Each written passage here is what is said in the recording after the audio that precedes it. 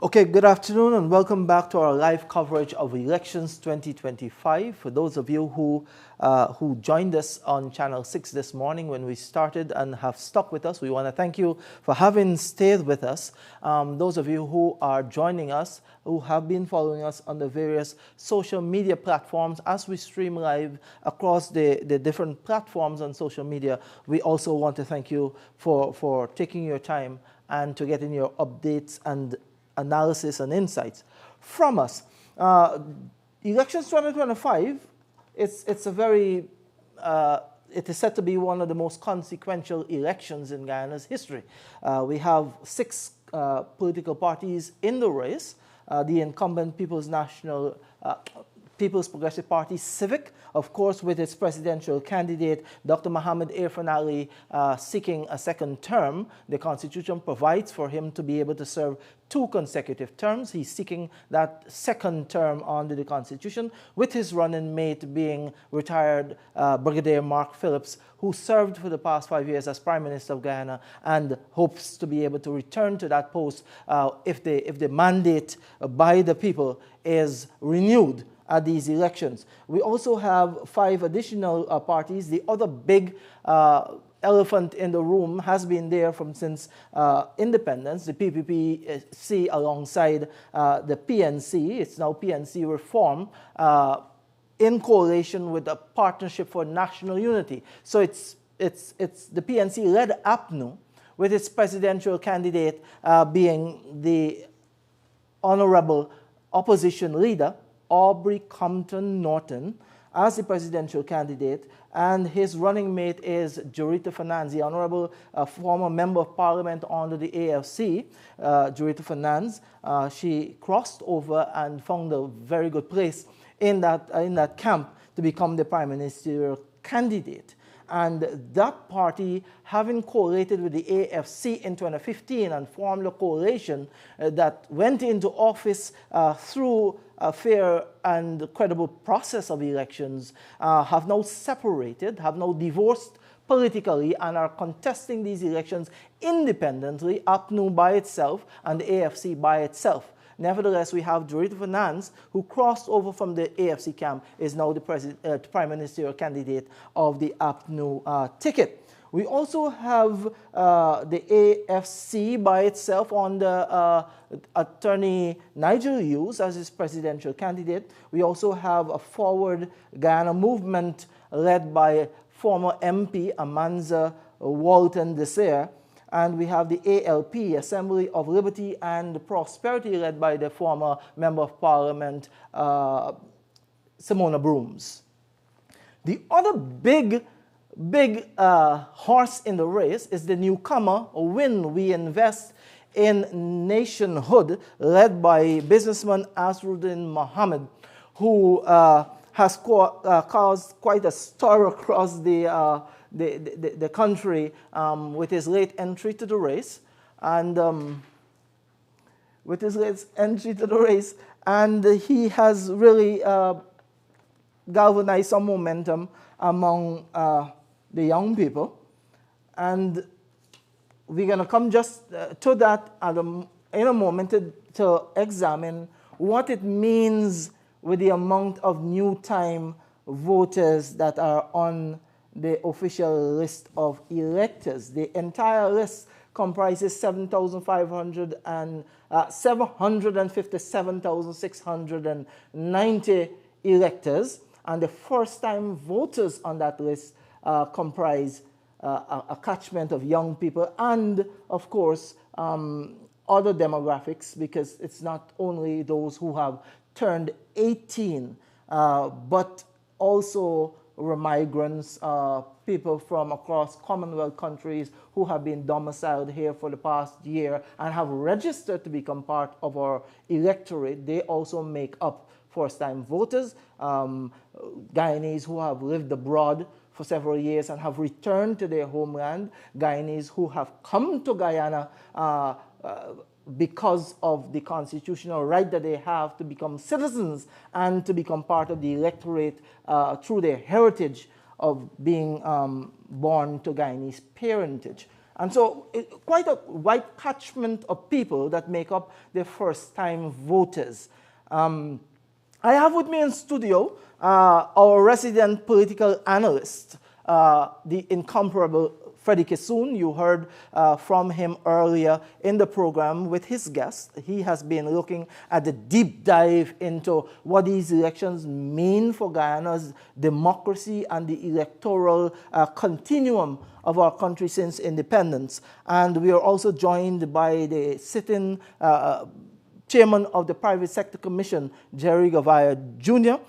Gerry, we heard earlier from members of the Private Sector Commission Observer Mission on the ground. The local Observer Mission number in excess of 500, with more than 200 making up the overseas, the International Observer Mission. But the Private Sector Commission is very much involved, has quite a large contingent on the ground spread across the country.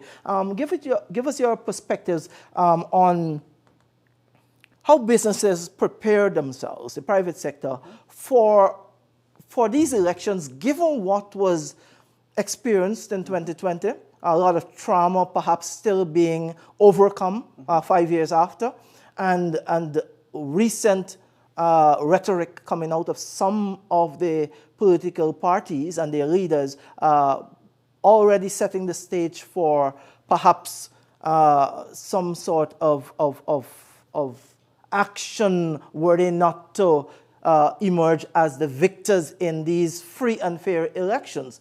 How has the private sector been seeing this? Good. Well, thank you for the question. So in short, the Private Sector Commission has been observing elections since 1992. Mm-hmm. And what we have done is that over the years, a lot of the lessons learned and a lot of the experience that we've had from 1992 leading all the way up, we put it into practice. So when I returned to Guyana as a remigrant, one of those remigrants that are now continuously moving back to Guyana, I came back here in 2015. I started working with the private sector and the chambers of commerce around the country and so on, and we set up observation rooms that will coordinate the many different observers around the country. We had a lot of lessons learned in 2015, 2020, and we've applied those to the 2025 elections. The Private Sector Commission has established our own observation room where we are constantly monitoring all of the media, all of the social media. We're constantly monitoring observer reports from around the country. We're monitoring a lot of the influencers' reports. We're monitoring a lot of the political parties' reports, both and a lot of the observer missions between the local and the international. So for the last few months, what the private sector has done is that we've actually recruited, trained through approved training programs through GCOM, about 150, almost 200 observers just from the private sector here locally. And you're absolutely right, we are coordinating with all the international and the local observer teams, which are far above 500. So, the amount of interaction from the private sector has been absolutely stunning. We started our observation mission back in nomination day. So, up till nomination day, what we did is that we actually started meeting with all of the stakeholders for the last more than 6 months. We met with GCOM multiple times. We've met with all the political parties who either reached out to us or accepted our invitation. So we met with the major ones, the PPP, the APNU, and the AFC. And then what we did is we met with all the international observer missions. We met with the Carter Center, the OAS, the Commonwealth, CARICOM, EU. We met with the ABC EU diplomatic teams. We've met with all the local observers between, like AmCham and the Ethnic Relations Commission and so on. So what we did is we did a very wide stakeholder engagement because the Private Sector Commission represents the business community from all 10 regions. So all 10 regions have their Chamber of Commerce and they all fall under the private sector. We represent people from the sectoral industries, basically from the aviation industry, tourism, manufacturing, shipping, etc. So and a lot of the large businesses in Guyana are members of the private sector. So what that gives us is a very wide demographic and a wide network of people that we can deploy and get information from. So with all of that stakeholder engagement, what we did is that we worked with GCOM to train our observers and we started deploying them starting nomination day. And what we did is we monitored nomination day, we monitored the campaigning, we monitored the disciplined forces voting, and now we're going to be monitoring the elections, national elections, and that will continue until the declaration of the new president and government, and then we will also be releasing an after elections report on what we saw. So you're monitoring for the process of certifying the authenticity, the credibility of these elections, as all observer missions would do throughout the entire process, starting from nomination day right through, and then after declarations. But I would imagine you're also monitoring for self-assurance of the private sector so that business can go on. Absolutely. So, when you talk about the trauma of 2020, I personally was there in 2020, along with many other Guyanese, and we saw our democracy trying to be taken right out of our hands. So I have to say, and I can't say thank you enough to the diplomatic community, the international observer missions, and the dedication of the Guyanese who fought for our democracy in 2020. But from a business community standpoint, what we found is that during the electoral turmoil, that 5 months that we went through elections, that we went through the recount, the entire economy ceased, right? So the entire business community felt the pressure, and that was in 2020. Our investments, our exposure, our loans, our business activity has more than 10x since 2020 to now. So frankly, the business community wants free, fair, transparent elections, but we want it to happen efficiently. We want GCOM's process to continue. Right? We feel that GCOM has done a lot of work on the mechanics of their process, and we are confident in their ability to execute the elections free, fair, and transparent. And then once we let the process do what it does, I am certain that the GCOM's result will reflect the will of the people. And those mechanics, as well as the amendments that have been made to the Representation of the People Act, the ring fencing mechanisms that have been instituted, provide enough confidence? Yeah, so I know what we did is that, a lot of the international observer missions, as well as the private sector, released our after election, 2020 elections report. And, yes, there are some things that we would like to see in the future, but that's constitutional reform level things. And we will continue to lobby for those things. However, in the last 5 years, what we saw in 2020 was a breakdown of the mechanics of GCOM. The accountability that GCOM had in 2020 was abysmal. The transparency was horrible. So what they needed to do is rebuild GCOM from the ground up, and that's what they did. They wiped out all of the people who were involved in the 2020 rigging attempt. They replaced them. They retrained people. They brought in additional levels of accountability and transparency. Simple things like, for example, for the first time in our history, we have something as simple as a colored folio in all of the polling stations, so you can properly identify the people on the page. Some things like the first time in our history, all of the GCOM manuals and voting processes, SOPs and so on, standard operating procedures, are now public information. These are things that are promoting accountability, promoting transparency in the process, because now we, the Guyanese people, know exactly what the presiding officer is supposed to do. It's no longer a secret. In 2020, it was a secret, right? So we know what's supposed to happen. We can audit them as individual citizens. So now as observers, because we are also trained by GCOM, we know exactly what we're looking for in these polling stations. And I think that we're seeing the results of that in this polling event today. Let me bring in now Freddie Kissoon, who is perhaps the foremost political analyst in this country, has been at it in academia as well as part of the media, part of the social fabric of our society, looking at how we're moving as a nation, how we're moving politically, economically, as well as how all of this redound to the growth as a nation, Freddie.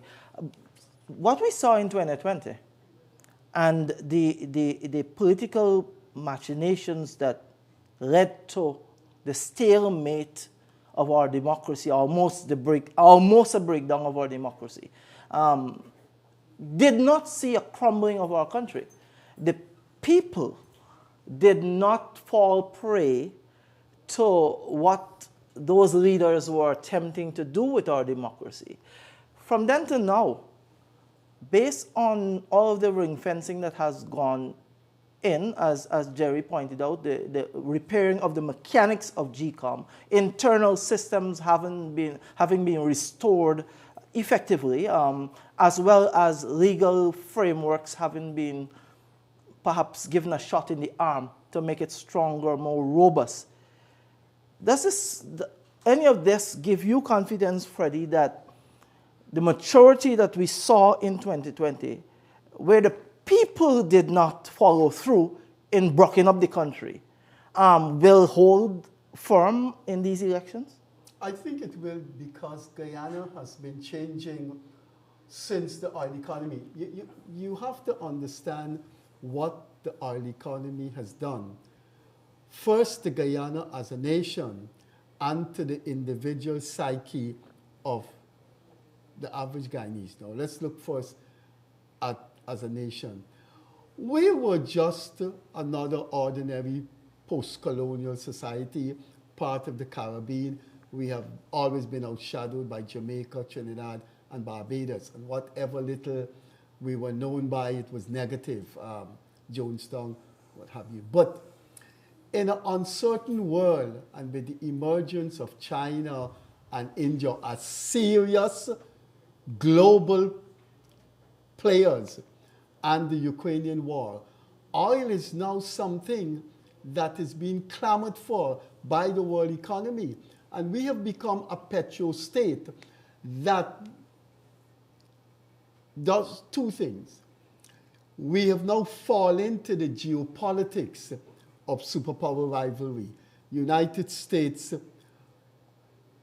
and China, simply because of the economy, just drink oil. I mean, when you think about, you just from a plane, go down and look at the United States and look at those lights. They're fueled by oil.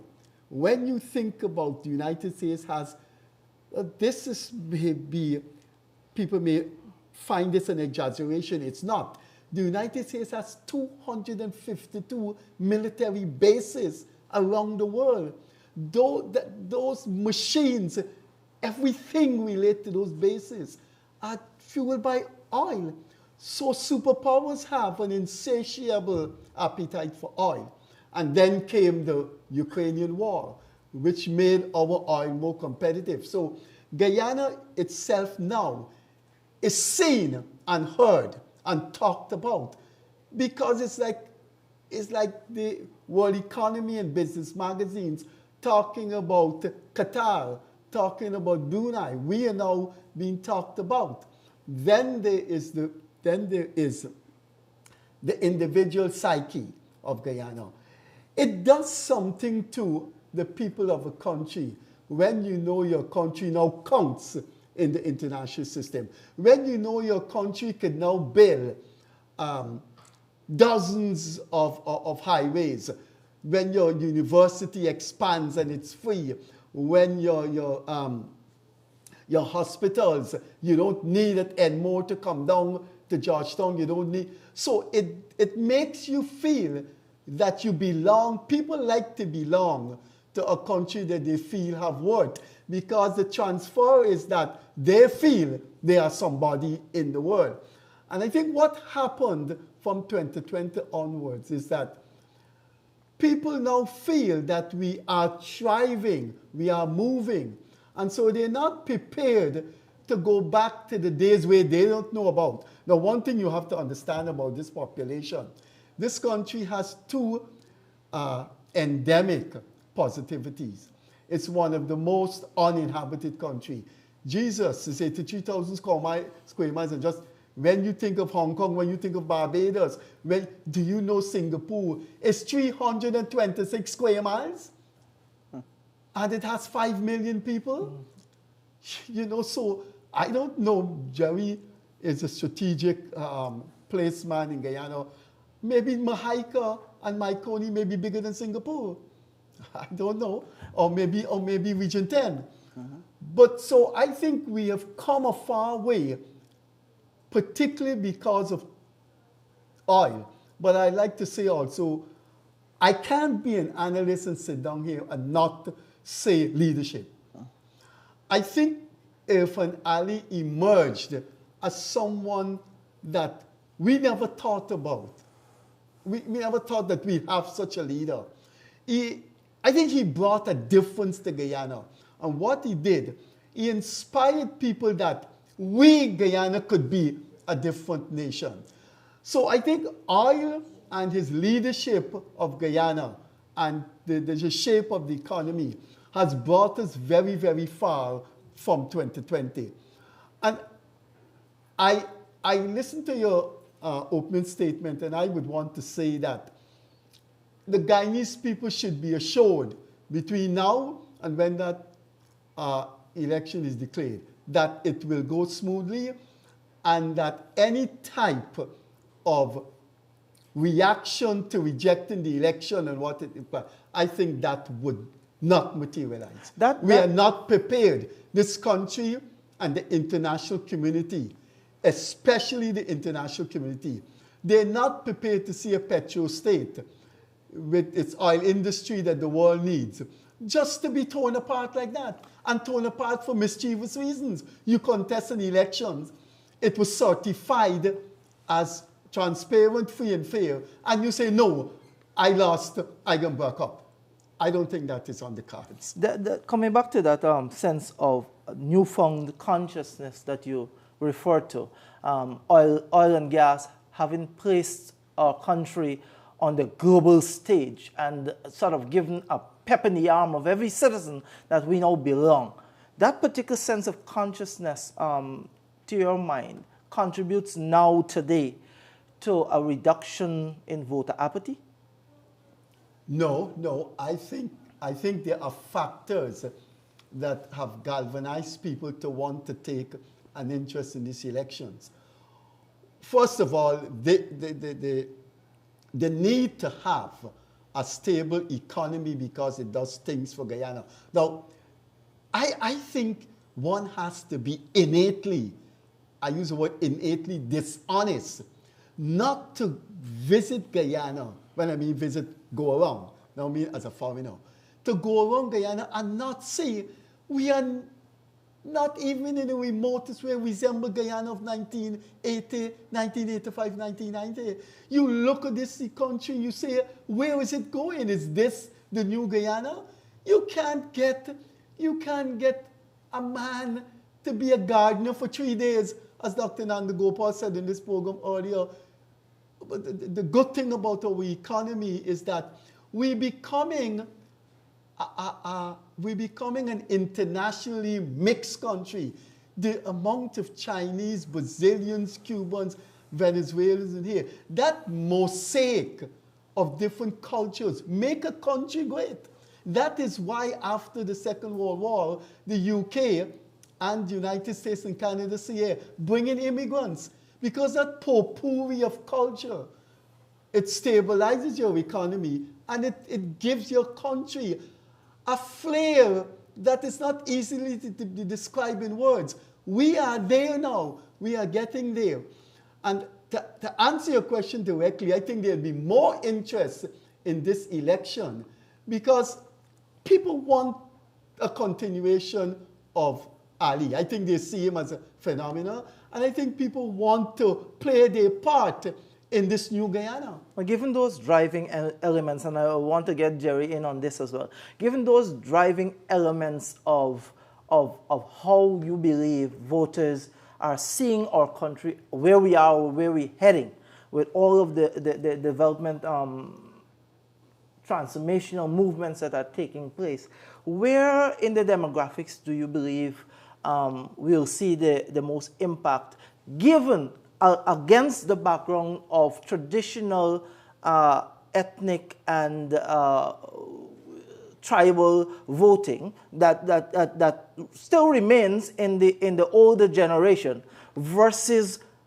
what you see now of analytics using social media to determine information and trajectories and so on among the younger population? Where would we see most of the movement towards that consciousness that we belong and we therefore cannot gamble with our future anymore in these elections?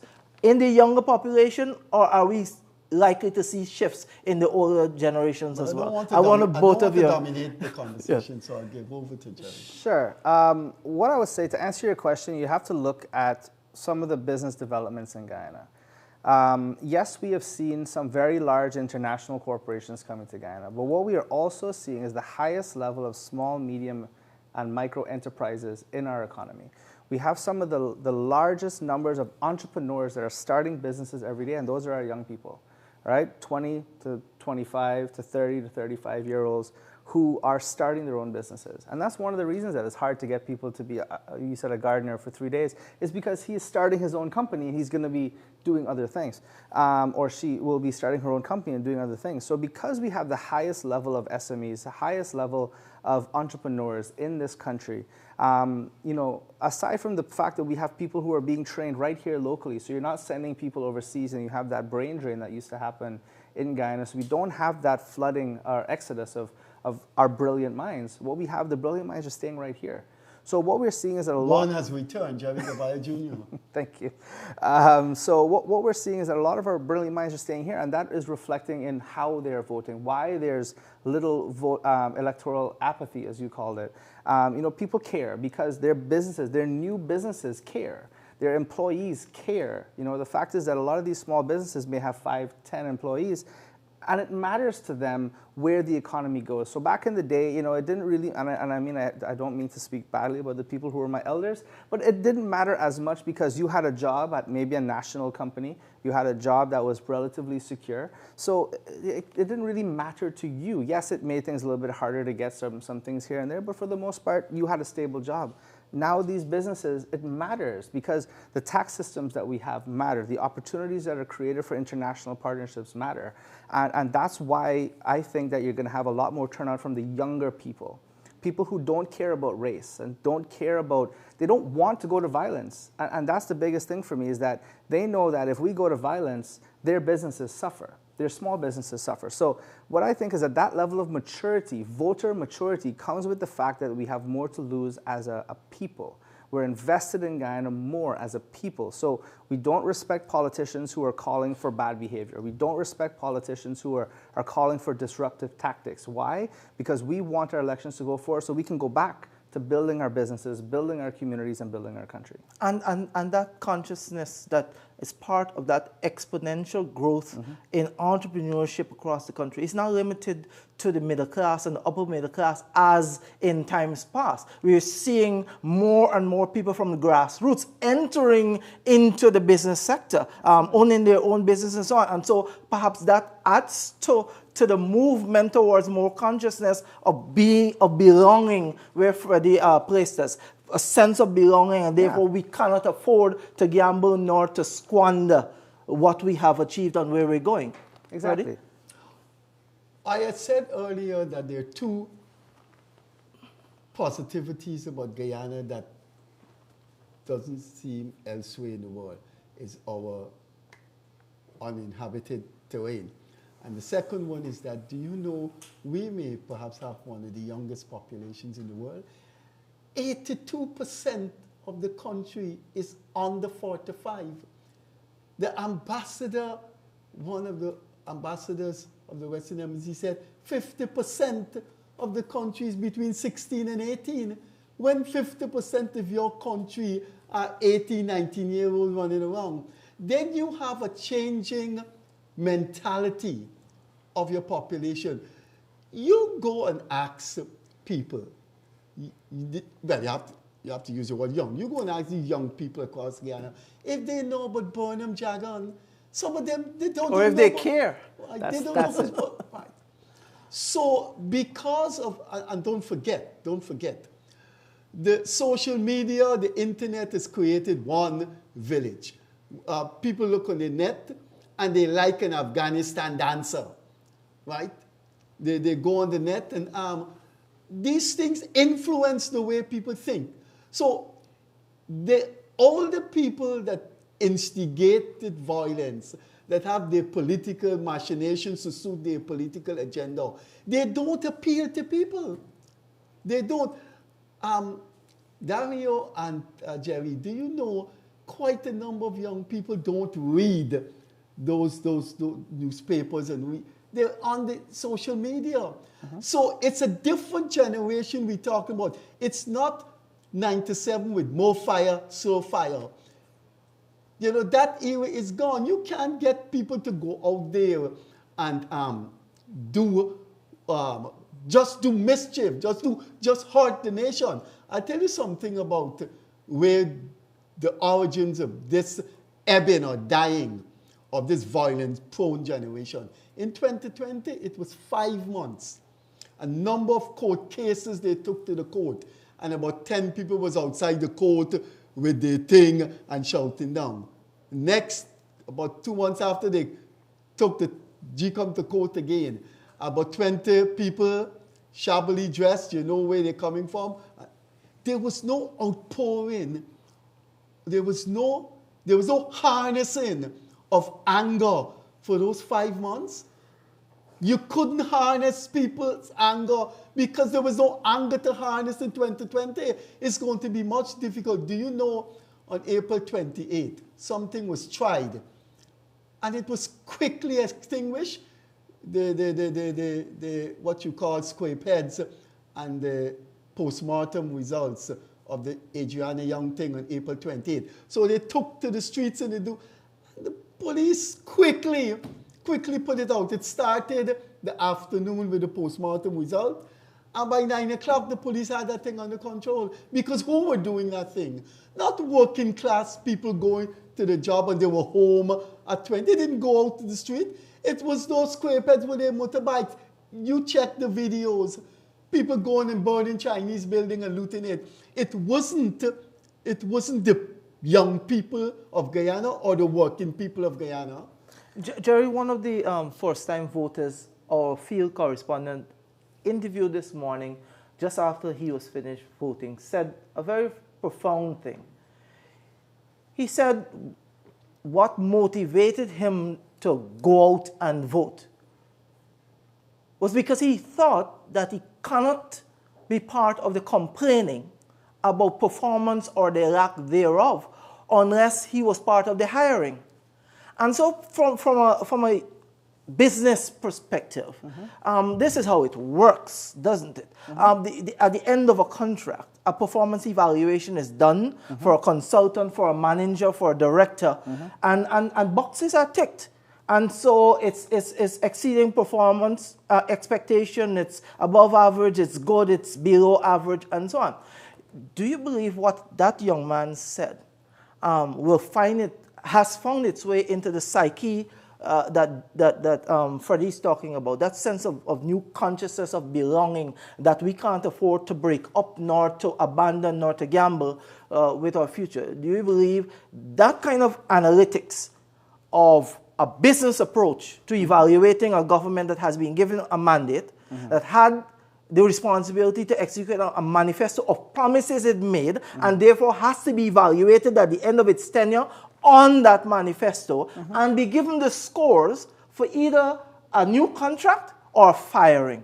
You believe that has found its way into the psyche? Yeah, and I think a lot of it has to do with the education experience level of the young people. So, you know, we're no longer voting for parties because our parents voted for parties. We're voting for parties because we believe in what they're doing, right? And what I would say is that, you know, in 2020, 2015, 2020, and so on, when I came back to Guyana, I was a young man at the time. I was 28 or so.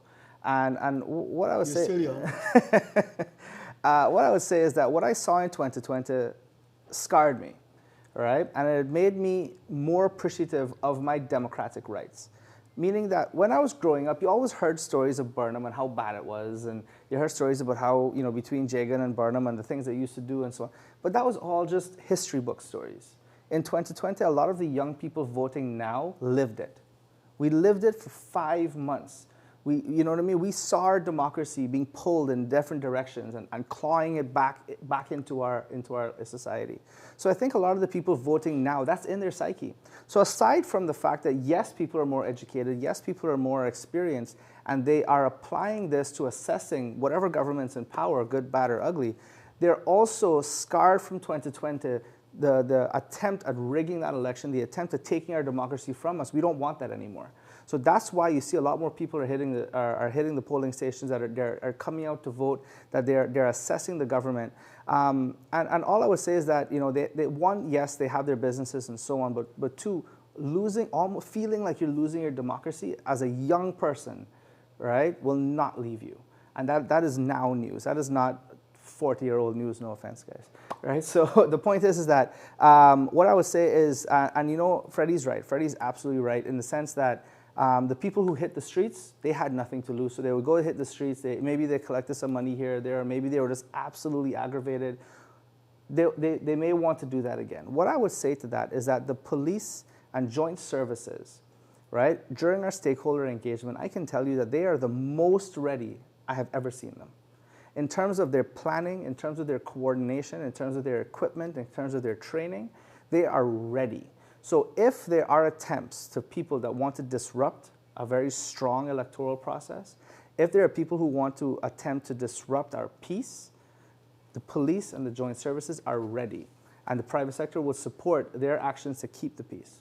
You know, every growing society will always have those pockets of people who, out of their own choice, refuse to become empowered because perhaps not being empowered to work hard and to responsibly seek after a pathway to self-generation of wealth is maybe a little too difficult than getting it easy through bling and all the other things that go with that.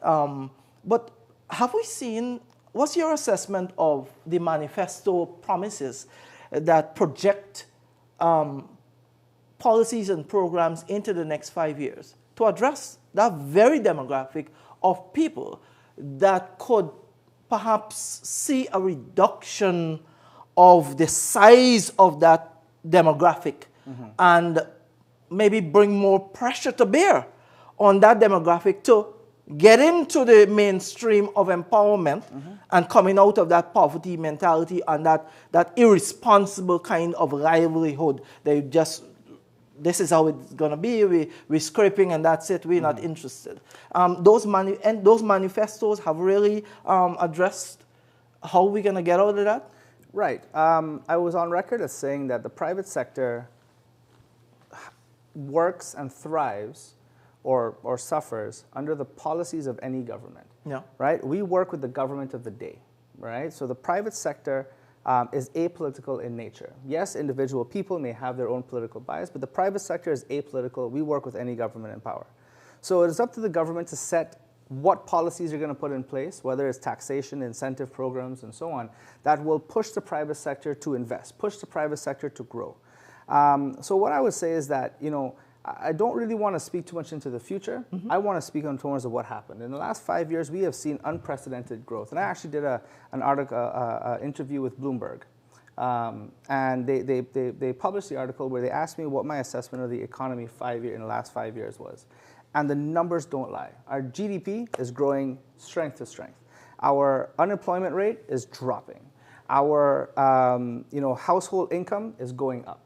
So if you just look at all the metrics, right, and I'm not saying it's perfect, I'm just saying look at where the trend line is going, right? So when I say that we have the highest number of SMEs, we have the highest number of entrepreneurs, that's where it's coming from. It's coming from the people who are now entering from the low, the close to the poverty line or in the poverty line to low middle class or upper middle class. We're seeing this graduation of the society as we go. As I said, it's not perfect and there's a lot of room to grow, but what we're seeing is a graduation upwards. We're not seeing a graduation or a stagnation. All I would say is that the opportunities are ripe in Guyana. For those who want it, it is there.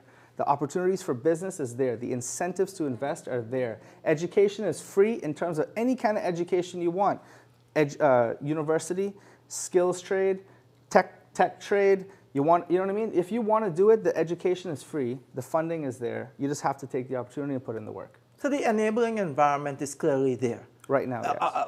Education, all the job opportunities, business opportunities, and mechanisms to facilitate getting into the mainstream of business and so on. Why do you think then you still have such a large catchment of the population, of the electorate, gravitating towards a message that says the path of the country is wrong?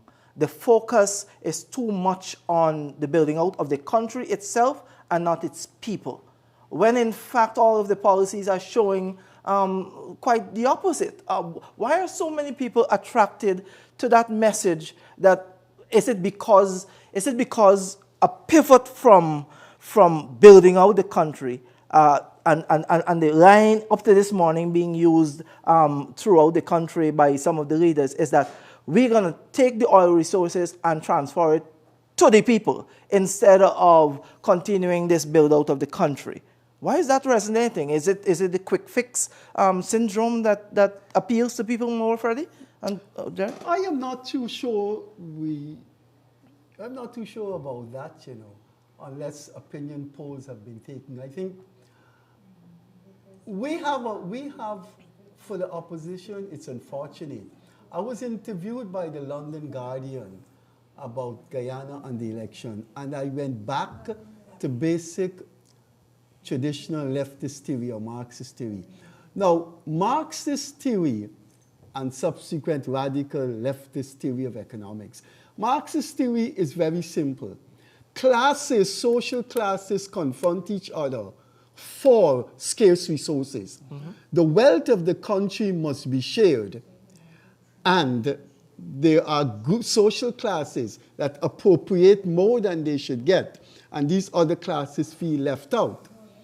And that's the essential argument of Marxism. And then the Scandinavian countries started to dig into Marxist theory. They said, look, it doesn't necessarily have to be class conflict because a narrow section is skimming off the wealth. The state could intervene and siphon off or reclaim that wealth that should go to the working people. And Scandinavia has done that in a quite stable manner, in which working class people, upper working class people and middle class people just feel comfortable with the capitalist system. You can't get revolution in Scandinavia. Now bring that to Guyana. I think what is happening in Guyana, which is unfortunate for the opposition, is that the oil economy has been able to distribute wealth that is impacting on the society. I mean, you just have to look at infrastructure, education, but most of all, the health system. There will come a time when people outside of Georgetown aren't going to come to the Georgetown Hospital. So what has happened, and the oil economy has done it, is that the opposition has to come up with something. I was interviewed by The Guardian. They asked me, what does the opposition mean about racial discrimination? Our wealth isn't trickling down. They have to say something. If you're going to fight an election and ask people for their votes, what are you going to tell them? So the PNC and the AFC is racial discrimination. That the government is discriminating against African Guyanese. And I keep saying, I don't see that with the young African population. Where is this huge discrimination in which one ethnic group is? No, I think that's part of a political agenda. The second thing is, if you're going to appeal for people to vote for you, simply go down to common sense. This country is bad. It got oil, and oil isn't trickling down to nobody. If you take a fine-tooth comb and analyze the messages of all the opposition party, is we got oil. The latest message from Niger News is that our wealth is immeasurable, but it's not going down to the ordinary people. How do you measure that? Where do you see that? Unless a poll is taken, just look at the employment statistics. Just look at the impossibility of getting a labor to work in your house. Just look at the expansion of small business.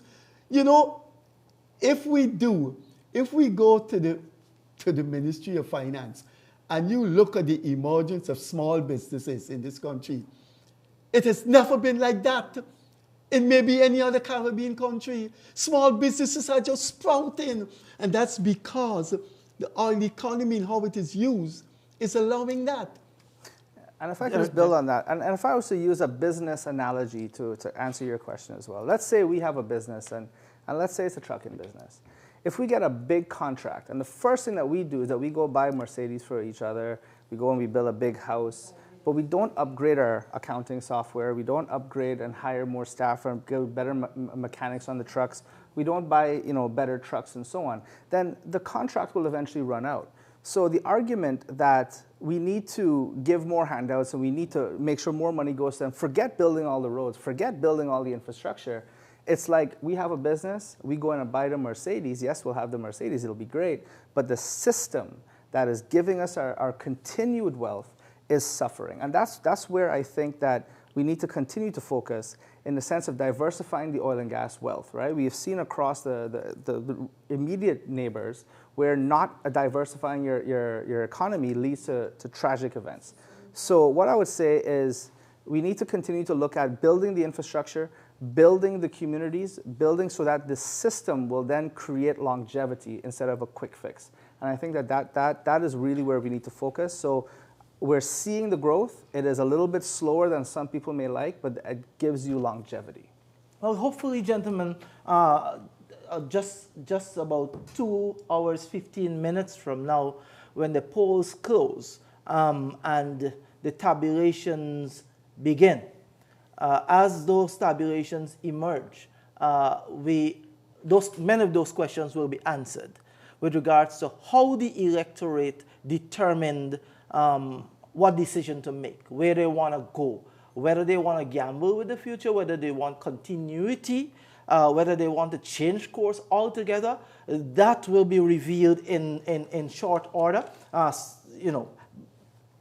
We would have liked to have been seeing those results within minutes or hours of the close of poll, but unfortunately we're not there yet as a country. Lots of improvements have been made, lots of systems have been put in place to make it much more transparent, much more credible, and much faster with regard to the delivery of the results. And hopefully we see some of that play out within the next coming hours. 757,690 persons. Hopefully we have the vast majority of this number turning out. What we're hearing from the field so far seems to speak to a very high level of turnout. And traditionally, I'm sure Freddie can take us down an entire lecture in terms of the trends of voter turnout and what it means on election day when you have high trends early in the day and coming down to the close of polls. 27,879 of those are first-time voters. Those, to my mind, who will be the deciding factors in where we go as a nation, whether we want continuity or we want to change course. 2,790 polling stations across our country have been established to effectively manage these elections. And from my experience this morning when I voted, and from all the reports we've heard so far, by and large, the system has been almost perfect with regards to the execution of the day's events. For the exception of perhaps 1 or 2 incidents, there was a situation where a disabled man had some challenges, but that was quickly rectified. And that's the beauty about the process that we're seeing. Anything that arises in terms of a challenge gets rectified very quickly. So at the end of the day, we may very well be able to close the polls and be able to have an almost perfect report like we had in 2020. In 2020, all of the observers reported that there was no major problem with the system itself of voting. It was free, fair, and transparent, and very efficient. It was the aftermath only in Region 4 that set this country back 5 months and almost put our democracy in peril. Hopefully, that does not reoccur. Hopefully, the checks and balances and the ring fencing that have gone in since 2020 to now mitigate a reoccurrence of those events. Hopefully, our electorate is a little bit more mature than they were in 2020. They showed great maturity in not responding to the calls for anarchy in 2020. And hopefully that we see even more of that this time around as we look into the future for Guyana on a path of development and transformation that should not be interrupted. I want to thank you very much, Freddie. No, before you close, just yes. a couple of seconds. I'm sitting next to him and I noticed something, and we could end on this light note. The guy's a married man with a black wedding band. He's part of the Gen Z generation. Oh God, sorry, I'm too old. Thanks, you could close the program now. Well, that's a wrap. We're going to join you in a short while for more updates as we head towards the close of poll with just over 2 hours to go. We will take you, hopefully, for reports from the field, from GCOM, from the various polling stations across the country and give you a sense of what's happening on the ground.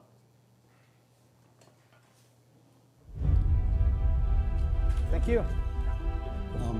Can you unblock me my phone? I have to come back in and order.